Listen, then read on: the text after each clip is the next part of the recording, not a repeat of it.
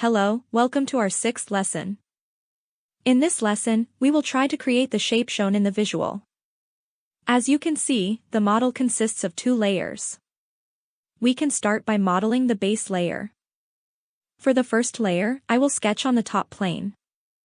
Using the center rectangle command, I draw a rectangle centered on the origin.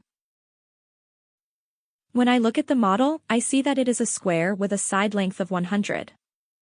Therefore, I dimension the two sides of the rectangle to be 100.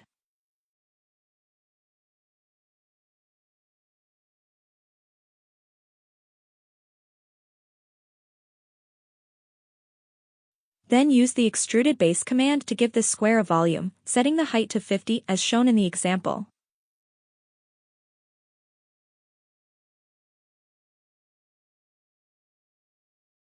To model the second layer, I sketch on the top plane of the model we just created.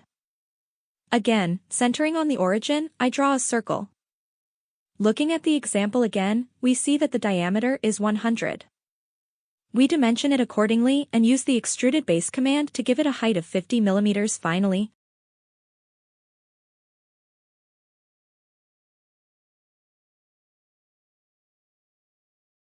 we need to create the hole in the center. We sketch on the top surface of the model and draw a circle. After setting the diameter to 50, we use the extruded cut command to create a hole with a depth of 100.